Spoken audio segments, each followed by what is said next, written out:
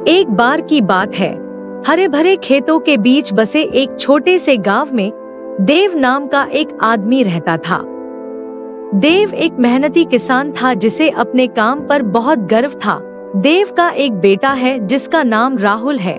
उसकी एक पत्नी भी है जिसका नाम रानी है। सभी उसके साथ गांव के किनारे एक साधारण घर में रहते थे। राहुल के माता पिता देव और रानी ने अपना पूरा जीवन उसकी देखभाल में बिताया। अपने बच्चों की भलाई के लिए अपनी सुख सुविधाओं का त्याग किया। हालांकि जैसे जैसे राहुल बड़ा हुआ और अपने काम और निजी मामलों में अधिक व्यस्त हो गया, उसने धीरे धीरे अपने माता पिता की जरूरतों को नजरअंदाज करना शुरू कर दिया। राहुल हमेशा अपने दोस्तों के साथ समय बिताना पसंद करता है, लेकिन अपने माता पिता के साथ नहीं। राहुल अपनी उच्च शिक्षा के लिए शहर गया और अपने माता पिता से कभी बात नहीं की।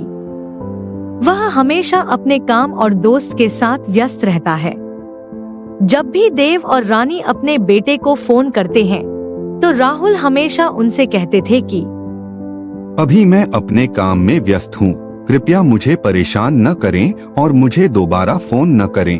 अगर कुछ भी जरूरत होगी तो मैं तुम्हें फोन करूँगा। अपने बेटे की ये बातें सुनने के बाद देव और रानी का दिल टूट गया। फिर भी उन दोनों ने अपने बेटे के पास जाने का फैसला किया। एक बार वे दोनों उसके बेटे के शहर पहुंचे और उसके कमरे में पहुंचे और देखा कि राहुल शादीशुदा था और उसका एक बेटा भी है जिसका नाम अर्जुन है। फिर भी देव और रानी खुश हैं, क्योंकि अब उनके पास खुशी के पल बिताने के लिए अर्जुन है। लेकिन राहुल ने कहा, तुम दोनों यहाँ नहीं रह सकते, क्योंकि तुम दोनों कभी शहर में रहने के आदी नहीं हो। तो चिंता मत करो, मेरा शहर के बाहर एक पुराना घर है, इसलिए तुम दोनों वहीं रहो। कभी कभी हम छुट्टियों में घूमने आएंगे और कभी कभी मैं कुछ पैसे भी भेजूंगा। अपने ही पुत्र की यह बात सुनकर उन दोनों को बहुत निराशा हुई। रानी ने राहुल से कहा कि हम अपने गांव जाएंगे, तुम अपने परिवार के साथ यहीं रहो, भगवान आपका भला करे। फिर देव और रानी अपने गांव चले गए। कुछ दिन बाद राहुल को कुछ आपात स्थिति हुई और उसे बहुत सारे पैसों की आवश्यकता पड़ी। तब राहुल ने अपनी पत्नी से कहा, हम पुराना घर बेच देंगे जो शहर के बाहर है, इसलिए हमारी समस्या हल हो जाएगी। राहुल की पत्नी भी सहमत हो गई, लेकिन अर्जुन ने सारी बात सुनी और कहा, नहीं पापा, उस घर को मत बेचना, क्योंकि जब आप दोनों बुढ़ापे में होंगे तब तुम वहीं रहोगे, क्योंकि मैं और मेरा परिवार यहाँ रहेगा। इसलिए तुम उस समय हमारे साथ नहीं रह सकते, क्योंकि तुमने यही बात अपने माता पिता से भी कही थी। अचानक राहुल को एहसास हुआ कि उसने अपने माता पिता के साथ बहुत बड़ी गलती की है। तब वह रोने लगा और उसे अपनी गलती याद आई और उसे दोषी भी महसूस हुआ। फिर राहुल अपने माता पिता को लेने अपने गांव चला गया।